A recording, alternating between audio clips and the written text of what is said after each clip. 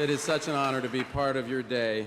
It's an honor to be here with you, with your friends, your professors, and your parents. But let's be honest, this is an honor I didn't really earn.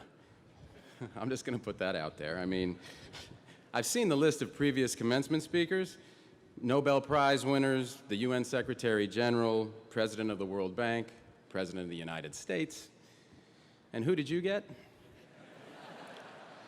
The guy who did the voice for a cartoon horse. If you're wondering which cartoon horse, that's Spirit, Stallion of the Cimarron, a movie some of you might have grown up watching.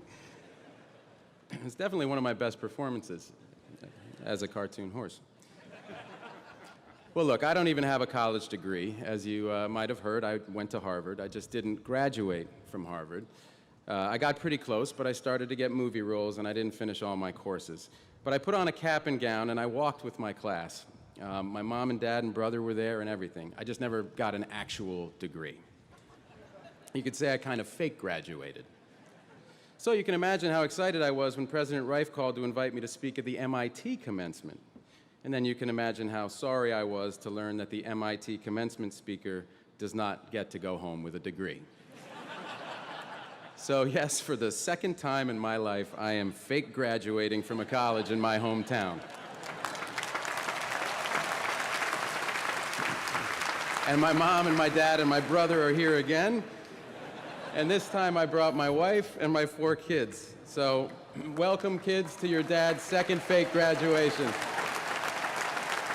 You must be so proud. So as I said, my mom is here. She's a professor, so she knows the value of an MIT degree. She also knows that I couldn't have gotten in here. I mean, Harvard, you know, barely. Or a safety school like Yale. Look, I'm not running for any kind of office. I can say pretty much whatever I want up here. No, I couldn't have gotten in here, but I did grow up here. I grew up in the neighborhood, in the shadow of this imposing place. My brother Kyle and I and my friend Ben Affleck, brilliant guy, good guy, never really amounted to much.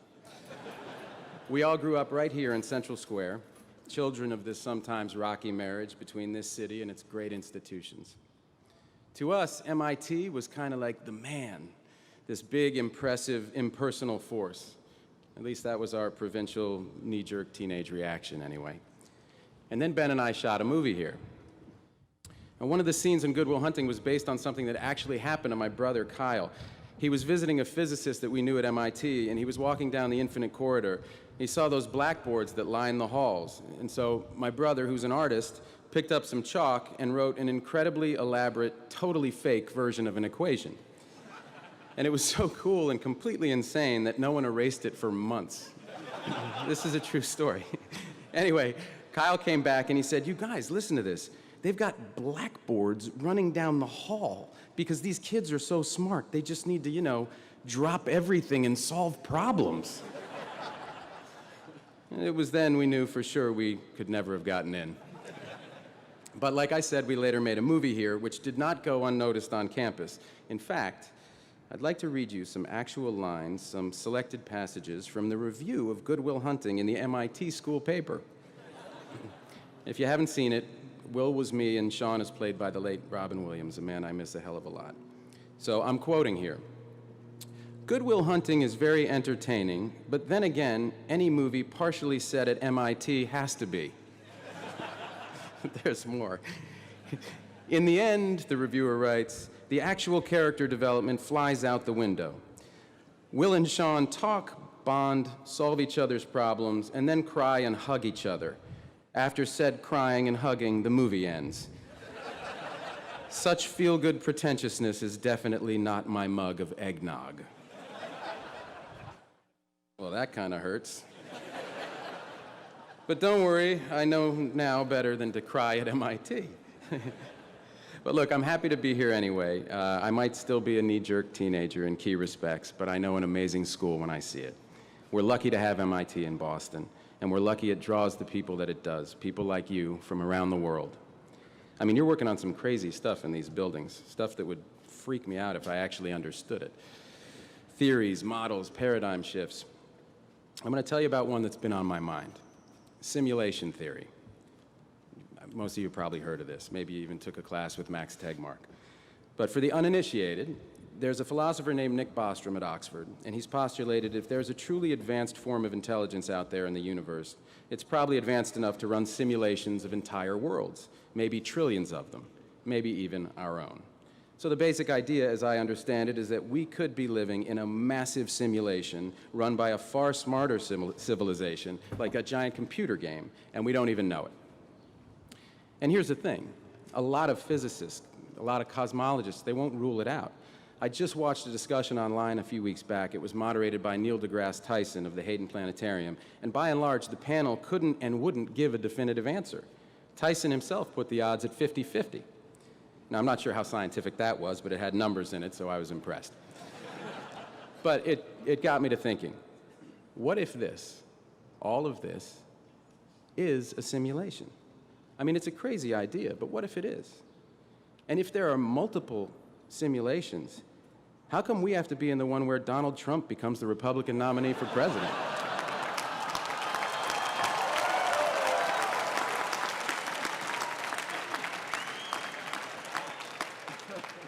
Can we, transfer to a different one? Well, Professor Tegmark has an excellent take on all of this. My advice, he said recently, is to go out and do really interesting things so the simulators don't shut you down. Now then again, what if it isn't a simulation? Either way, my answer is the same. Either way, what we do matters. What we do affects the outcome. So either way, MIT, you've got to go out and do really interesting things, important things, inventive things, because this world, real or imagined, this world has some problems that we need you to drop everything and solve. So go ahead, take your pick from the world's worst buffet. Economic inequality, that's a problem.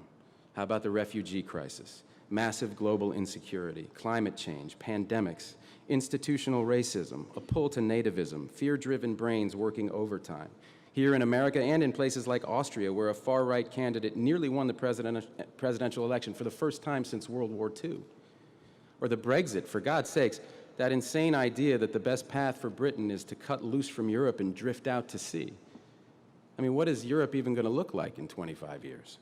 And add to that an American political system that's failing. We've got congressmen on a 2-year election cycle who are incentivized to think short-term and simply do not engage with long-term problems. And add to that a media that thrives on scandal and people with their pants down, anything to get you to tune in so they can hawk you products that you don't need. And add to that a banking system that steals people's money. It's all right, I'm not running for office. By the way, while I'm on this, let me just say this to the bankers, specifically the ones who brought you the biggest heist in history. It was theft, and you knew it. It was fraud, and you knew it. And you know what else? We know that you knew it. So yeah, you sort of got away with it. You got that house in the Hamptons that other people paid for as their own mortgages went underwater. And you might have their money, but you don't have our respect. And just so you know, when we pass you on the street and look you in the eye, that's what we're thinking.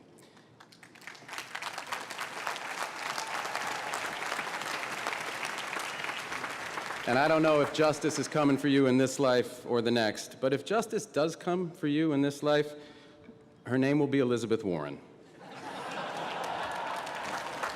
All right, so before my little banking digression, I rattled off a bunch of big problems, and a natural response is to tune out and turn away. But before you step out into our big troubled world, I want to pass along a piece of advice that Bill Clinton offered me a little over a decade ago. Actually, when he said it, it felt less like advice and more like a direct order. What he said was, turn toward the problems you see. You have to engage and turn towards the problems that you see. Except it sounded like, turn towards the problems that you see. But when he said this to me, he literally turned his body for emphasis towards me. No, listen, it seemed kind of simple at the time, but the older I get, the more wisdom I see in this. That is what I want to urge you to do today, to turn towards the problems that you see and engage with them. Walk right up to them, look them in the eye, and then look yourself in the eye and decide what you're going to do about them.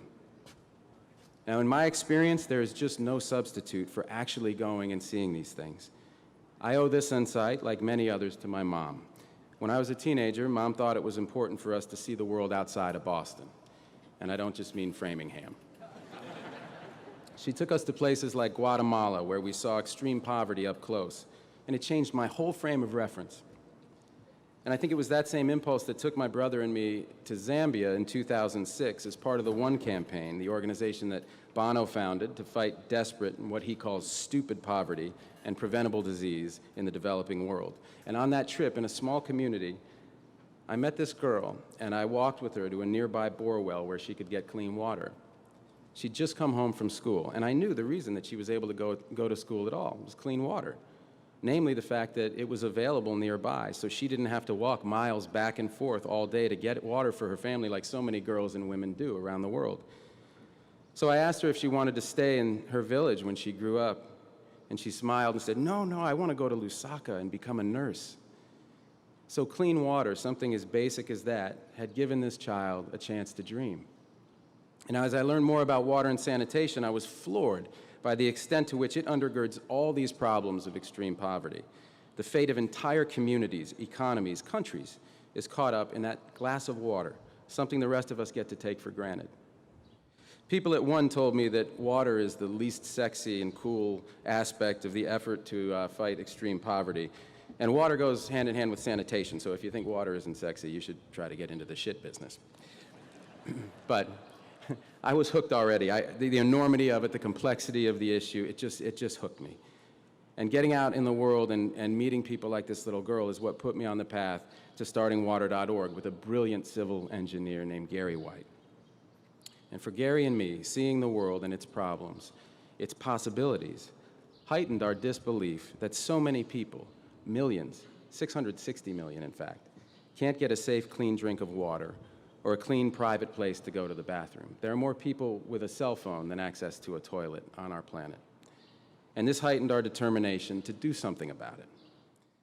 Now, you see some tough things out there, but you also see life-changing joy, and it all changes you. There was a refugee crisis back in '09 that I read about in this amazing article in the New York Times. People were streaming across the border of Zimbabwe to a little town in northern South Africa called Messina. Well, I was working in South Africa at the time, so I went up to Messina to see for myself what was going on. I spent a day speaking with women who had made this perilous journey across the Limpopo River, dodging bandits on one side, crocodiles in the river, bandits on the other. Every woman that I spoke to that day had been raped. Every single one, on one side of the river or both. And at the end of my time there, I met a woman who was so positive, she was so joyful. She had just been given her papers, so she'd been granted political asylum in South Africa. And in the midst of this joyful conversation, I mustered up my courage and I said, ma'am, do you mind my asking, were you assaulted on your journey to South Africa? And she replied, still smiling, oh yes, I was raped, but I have my papers now, and those bastards didn't get my dignity.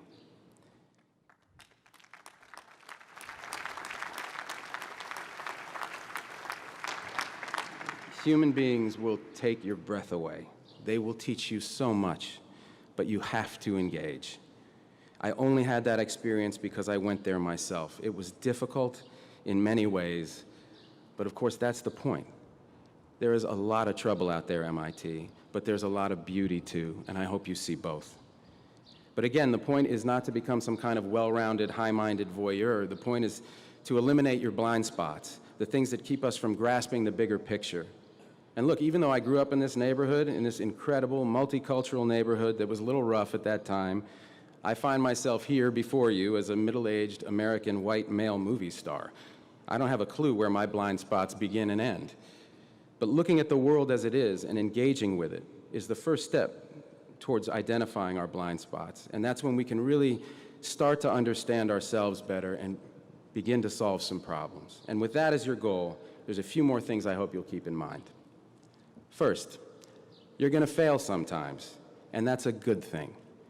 For all the amazing successes I've been lucky to share in, few things have shaped me more than the auditions that Ben and I used to go on as young actors, where we'd get on a bus, we'd show up in New York, we'd wait our turn, we'd cry our hearts out for a scene, and then be told, okay, thanks, meaning game over.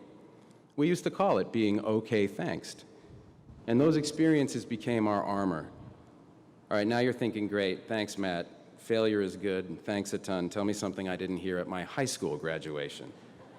To which I say, okay, I will. You know the real danger for MIT graduates?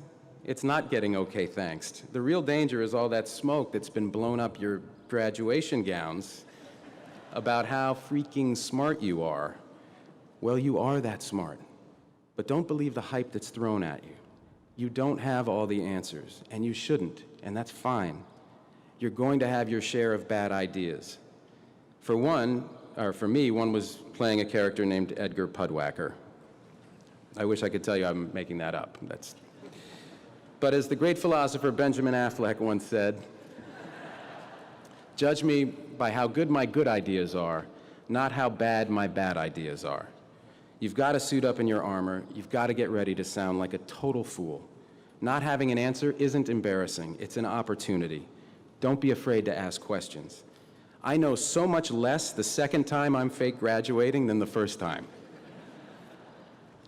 The second thing I want to leave you with is you got to keep listening.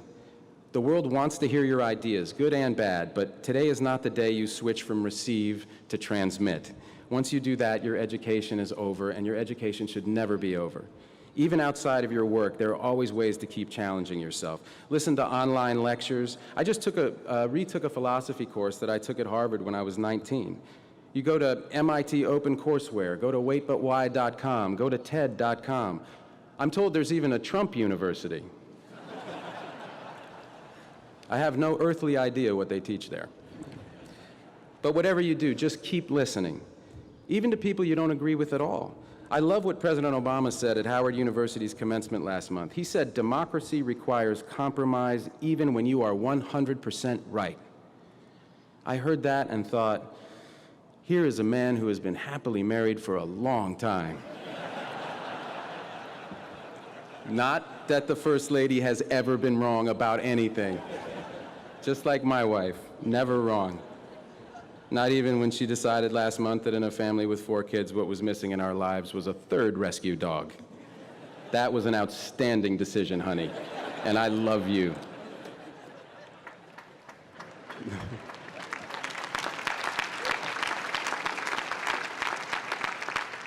The third and last thought I want to leave you with is that not every problem has a high-tech solution. Now, if anybody has the right to think we can pretty much tech support the world's problems into submission, it's you. Think of the innovations that got their start at MIT or by MIT alums. The World Wide Web, nuclear fission, condensed soup. That's true, you should be very proud of that. But the truth is, we can't science the you-know-what out of every problem. There is not always an app for that. I mean, take water again as an example. People are always looking at some scientific quick fix for the problem of dirty and disease-ridden water, a pill you put in a glass, a filter, etc. But there's no magic bullet. The problem's just too complex. Yes, there is definitely, absolutely a role for science. There's incredible advances being made in clean water technology. Companies and universities are getting in on the game, and I'm glad to know that professors like Susan Murcott at D-Lab are focusing on water and sanitation. But as I'm sure she'd agree, science alone can't solve this problem. We need to be just as innovative in public policy, just as innovative in our financial models. And that's the idea behind an approach we have at water.org called Water Credit. It's based on Gary's insight that poor people were already paying for their water, and they, no less than the rest of us, want to participate in their own solutions. So Water Credit helps connect the poor with microfinance organizations, which enables them to build water connections and toilets in their homes and communities. And this approach is really working, helping 4 million people so far, and it's only the start. Our loans are paying back at 99% and above, which is a hell of a better deal than those bankers I was talking about earlier gave anybody. And I agree, it is still not sexy, but it is without a doubt the coolest thing I have ever been a part of. So, thanks. So let me ask you this in closing. What are you going to be a part of? What is the problem that you will try to solve? Whatever your answer, it is not going to be easy. Sometimes your work will hit a dead end. Sometimes your work will be measured in half steps. Sometimes your work will make you wear a white sequined military uniform and make love to Michael Douglas. All right, maybe that's just my work. But for all of you here, your work starts today. And seriously, how lucky are you? I mean, what are the odds that you're the ones who are here today? In the Earth's 4.5 billion year run, with 100 billion people who have lived and died, and the 7 billion of us here now, here you are. Yes, here you are. Alive at a time of potential extinction-level events, a time when fewer and fewer people can cause more and more damage, a time when science and technology may not hold all the answers, but are indispensable to any solution. What are the odds that you get to be you right now, the MIT class of 2016, with so much on the line? There are potentially trillions of human beings who will someday exist or not, whose fate in large part depends on the choices you make, on your ideas, on your grit and persistence and willingness to engage. If this were a movie I was trying to pitch, I'd be laughed out of every office in Hollywood. Joseph Campbell himself would tell me to throttle down and lower the stakes, but I can't, because this is a fact. This is not fiction. This improbable thing is actually happening. There is more at stake today than in any story ever told. And how lucky you are that you're here and you're you. And how lucky we are that you're here and you're you. So I hope you'll turn toward the problem of your choosing.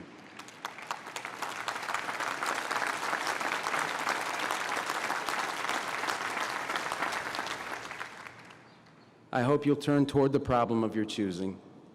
I hope you'll drop everything, and I hope you'll solve it. This is your life, class of 2016. This is your moment, and it is all down to you. Ready, player one, your game begins now. Thank you. Congratulations.